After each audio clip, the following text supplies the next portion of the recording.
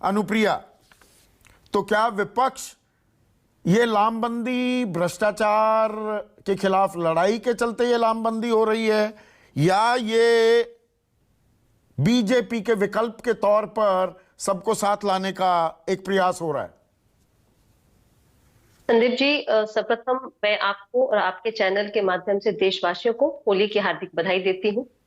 और जो सवाल आपने पूछा कि यह गठबंधन क्यों, मुझे लगता है कि यह गठबंधन देश की जनता के लोकतंत्र को बचाने की और देश की जनता के साथ 2014 में जो बीजेपी के नेता या हमारे प्रवक्ता यहाँ पे घोषणा पत्र की बात कर रहे थे, उन घोषणा पत्र में उन्होंने कहा था कि हम देश में महंगाई कम करेंगे, युवाओं को रोजगार देंगे, किसान की आय दोगुनी करेंगे।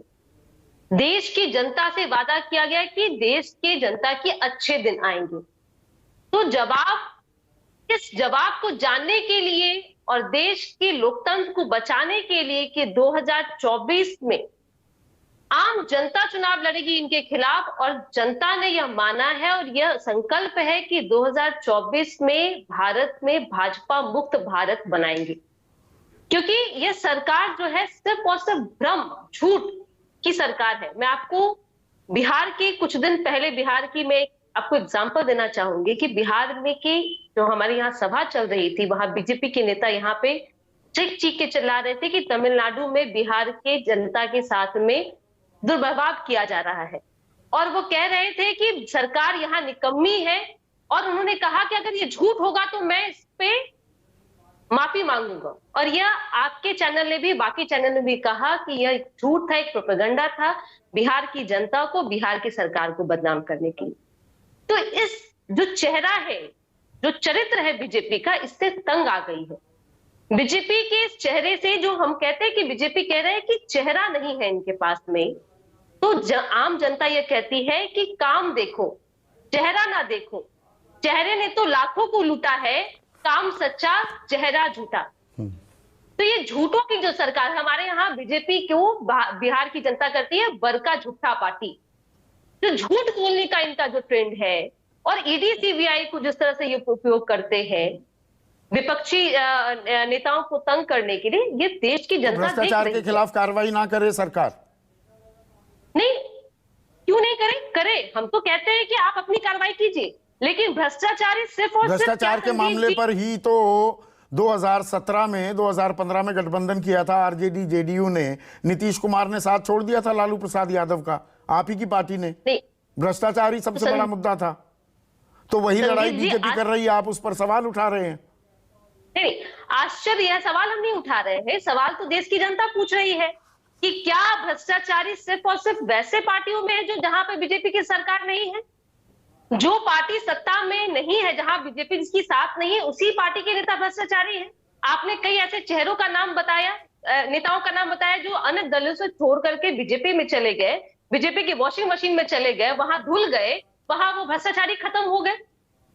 तो क्या भ्रष्टाचार सिर्फ वैसे नेताओं के पास में विपक्ष के हैं? यह सवाल जो मेरा मूल सवाल था, जो मेरा पहला सवाल था, ठीक है जी, बदले की कार्रवाई हो रही है, आपकी बात को अगर मैं फेस वैल्यू पर ले रहा हूं क्योंकि सवाल उसी से जुड़ा है, तो विपक्ष साथ क्यों नहीं आ पा रहा? कहां है वो विपक्षी एकता? अलग अलग खेमों में बंटते दिख रहे हैं।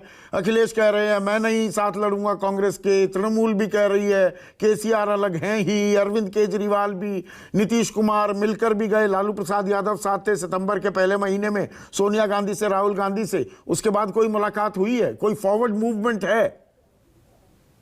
संदीप जी, आप सितंबर की बात करते, मुझे लगता है उसके बाद में अगर हम देखें कि हमारे जो पार्टी के नेता, हमारे मुख्यमंत्री जो है, उनका एक यात्रा चाहता समाधान यात्रा।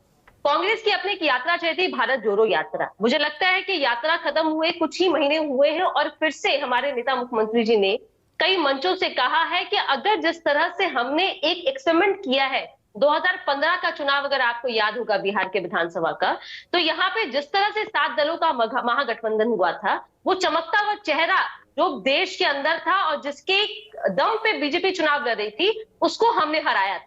और इसी दम पे हम बार बार कहते हैं कि हमें जितनी भी विपक्ष पार्टियां हैं उनको एकजुट होने की जरूरत है, और एकजुट इसलिए होना है कि हमें अपनी महत्वाकांक्षा नहीं है, हमें देश की जनता की चिंता है कि देश की जनता से जो वादा किया गया था कि जो युवाओं से वादा किया गया 2 करोड़ रोजगार देंगे।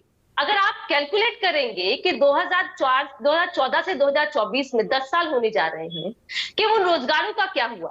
आप कुछ दिन पहले देखेंगे, होली के पहले, क्योंकि होली के ऊपर हम बात कर रहे हैं, आज से मुझे लगता है 3 से 4 दिन पहले 50 रुपए दाम बढ़ा दिए गए गैस सिलेंडरों की। मुझे याद है 2014 के पहले चुनाव में स्मृति ईरानी बैठी रहती थी सड़कों पर लेकर के गैस सिलेंडर कि महंगाई बहुत बढ़ गई तो है। उसके देश लिए की जनता एक सुर क्या सुनाई देगा विपक्षी खेमे से?